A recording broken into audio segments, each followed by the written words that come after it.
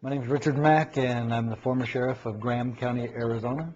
And I've been fighting and standing for freedom the last 20 years of my life, and admonishing and hoping that peace officers and sheriffs across this country would keep their oath of office and adhere to their oath of office. And today we had a wonderful rally over at Lexington Green, where the first shot was heard around the world that started the path towards the Revolutionary War. And the Oath Keepers decided to meet there, and they asked me to be there. And the relationship between me and Oath Keepers is really an automatic one. It was a very easy one, because I've been preaching about the oath of office for years and years, about 2 decades now, and their message is the same. If you're in the military, and if you're in law enforcement, and especially if you're one of our nation's sheriffs, you took an oath of office to uphold and defend, preserve, protect, and obey the United States Constitution.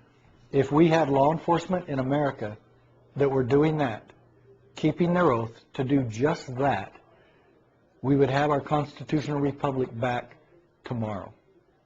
That's how powerful this movement is. The Founding Fathers established a system that would keep the federal government impotent.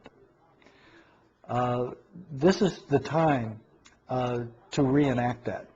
The 10th Amendment basically tells the federal government, if you ever go outside Article 1, Section 8, where the Constitution delineates and details what they can and cannot do, if they want to get creative, or if they want to expand the federal bureaucracy, or if they want to expand the power of the central government, they must refer to the 10th Amendment, which clearly states, if we forgot anything, you can't do that either.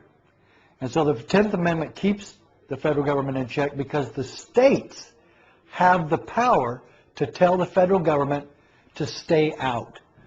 And then, of course, that's going to just scare governors and state legislatures to death, because they might stop federal funding. What are you guys, crazy? Where do you think the federal government gets their money? It comes from you. Stop sending them the money, and they won't have anything over you anymore. But the main thing is, let's just follow the Constitution. That's my message. It's been my message for 20 years, and it's the Oath Keeper message. Just keep your oath of office, follow the Constitution. Is that too simple? I don't know. Well, the sheriff is the most powerful law enforcement officer in the country, and has the ultimate say in his county. No one supersedes his jurisdiction. And I want this made very clear. The President of the United States cannot tell your sheriff what to do. And in that same vein, none of the auxiliary departments below the President can tell the sheriff what to do. Quite to the contrary, when they're in his jurisdiction, he can tell them what to do. And I pray for the day that a sheriff in this country will arrest an IRS agent for trespassing, or for trying or attempting to victimize citizens in that particular sheriff's county. The county sheriff, America's last hope, is a detailed and documented evidence, irrefutable evidence, that the sheriff is indeed the ultimate authority in his county. It talks about the history of the sheriff, talks about the duties of the sheriff, talks about the sheriff's oath of office, and then I pose a question in the book. Sheriff, will you or won't you stand against tyranny? Can you imagine any sheriff saying no, or pragmatically saying no by what he does? This is a time for action, and this is a time for sheriffs to stand up and be counted. It's time to walk tall, Sheriff. Get on board. In 1994, I was one of a handful of sheriffs, and being the first in the country to file a lawsuit against the Clinton administration. And the long story short is, we won. And you can Google the Mack Prince, P-R-I-N-T-Z, Sheriff Prince from Montana, Sheriff Mack from Arizona. We took a case all the way to the United States Supreme Court on the side of states' rights and state sovereignty and local autonomy. We won. We kicked the federal government's butt. And it was the Clinton administration. And we lived to tell about it. How about that for a miracle? And the ultimate power of this decision is that it restored the 10th Amendment to the Constitution. It restored the rights of the local authorities to tell the federal government where to hang it. And this is exactly the power that James Madison was talking about when he said, we can safely rely on the disposition of state legislatures to erect barriers against the encroachments of the federal government.